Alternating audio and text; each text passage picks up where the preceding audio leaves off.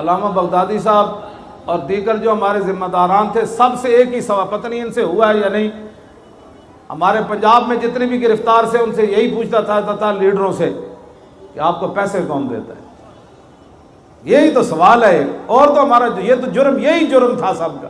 مجھ سے بھی علیحدہ کر کے لے جاتے اس طرح خفیہ خانوں میں، جی آپ سے کچھ بندے ملاقات کرنے ہیں، میں ہاں جی کہتے ہیں آپ ہمارے ساتھ تعاون فرمائیں، آپ کو پیسے کون دیتا ہے؟ میں نے کہا آپ بتائیں ہمیں کون دیتا ہے، آپ بتائیں کون دیتا ہے، آپ بتائیں، میرے فون پر تو ٹیپیں آپ نے لگائی ہوئی ہیں، آپ بتائیں کون دیتا ہے؟ کہتا ہے ہمیں مل ہی نہیں نہ رہا، آپ تعاون فرمائیں۔ تو میں نے کہا اللہ کے بندو، جن کا کام ہے وہ جانے، ان کا کام جانے۔ خادم کا کام ہوتا ہے صرف خدمت کرنا، پہرے دار کا معنی ہوتا ہے صرف پہرا دینا، نوکر کا کام ہوتا ہے نوکری کرنا۔ باقی دنیا میں جس کی بھی جو ملازمت کرتا ہے اس کو تنخواہ نہیں ملتی، تو جن کی ہم نوکری کرتے ہیں،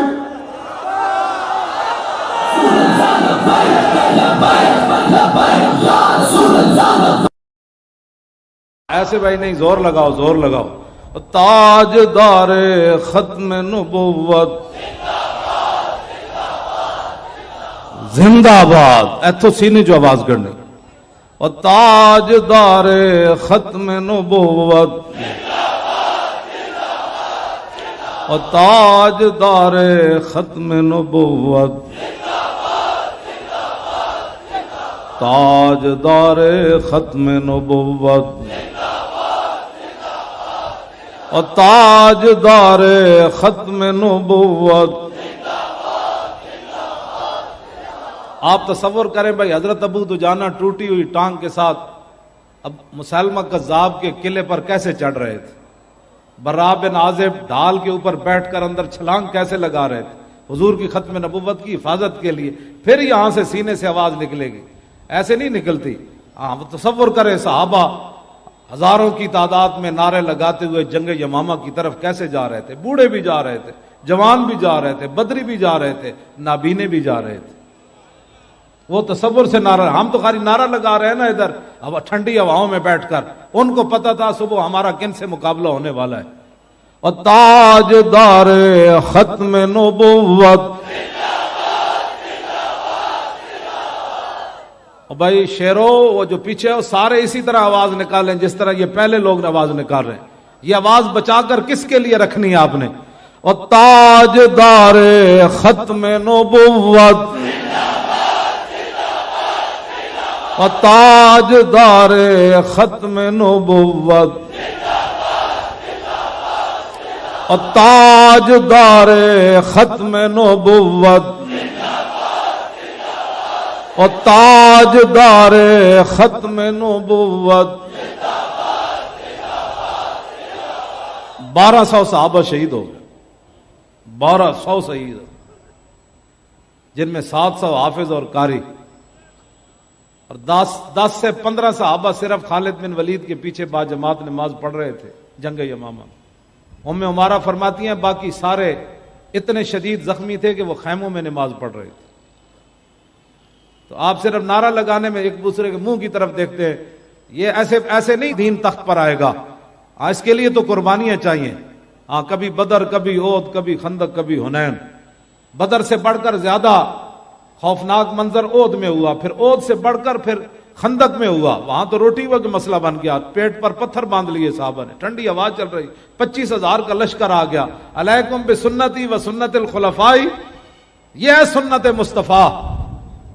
جب عمر بن عبد ود گھوڑا ادھر لے آیا نا، خندق عبور کر کے آ گیا، یہ ہے جی سنت ہے، تو حضور پھر خود تلوار پکڑ کر پہرے کے لیے کھڑے ہو گئے، اور حضور نے یہ بتایا سنت یہ ہے کہ جب دین پر مشکل وقت آ جائے تو جو دین کا رہنما ہو وہ خود تلوار پکڑ کر کھڑا ہو جائے۔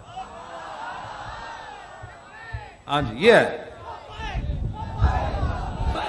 لبیک لبیک یا رسول اللہ، لبیک لبیک لبیک یا رسول اللہ، لبیک لبیک لبیک یا رسول اللہ، لبیک لبیک لبیک یا رسول اللہ۔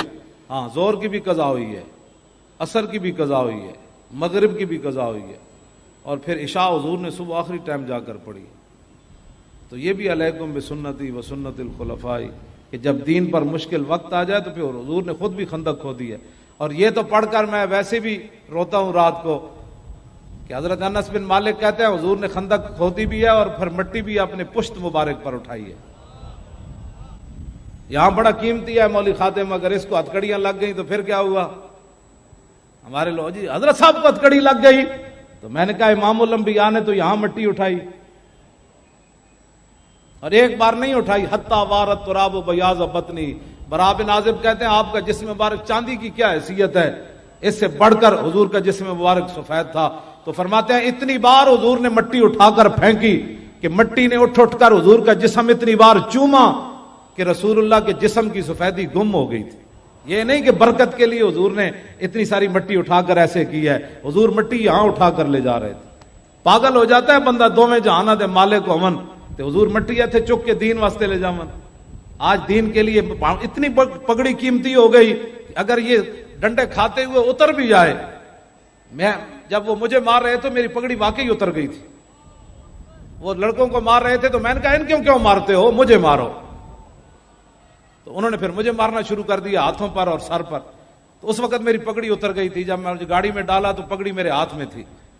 تو ہماری پگڑیاں پھر رکھی ہم نے کس کے لیے؟ اسی دن تو پگڑی کا مزہ آیا باندھنے کا کہ جب حضور کے نام پر ڈنڈے کھاتے ہوئے یہ اتر گئی. تو پھر کیا کرنا ہے اس پگڑی کو، اور کیا کرنا ہے؟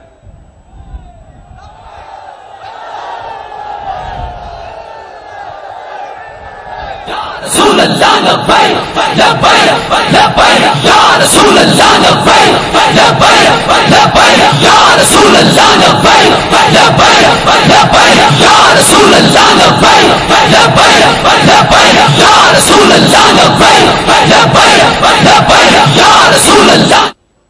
یہ کوئی ایسی باتیں نہیں ہیں ہم نے کیا کیا، کچھ بھی نہیں کیا. ہم سے مراد آپ سارے ہیں، کچھ بھی نہیں کیا. دانت تو میرے نہیں ٹوٹے، اگر یہ ٹوٹ جاتے تو پھر یہ بھی سلامت ہے اور یہ بھی حضور کے لیے رکھے ہوئے ہیں. میں ان کی صفائی اسی نیت سے کرتا ہوں، کبھی موقع آیا تو یہ بھی پیش کر دیں گے. ہاں میں دانتوں کو بیماری اس لیے نہیں لگنے دے رہا، بس مکمل صفائی رکھتا ہوں اپنے دانتوں. اور دانتوں کی صفائی مسواک کی ہے. میں نے کبھی پیسٹ استعمال نہیں کی. بالکل میرے دانت سارے سلامت ہیں، ان کو کوئی کیڑا مکوڑا نہیں لگا ہوا.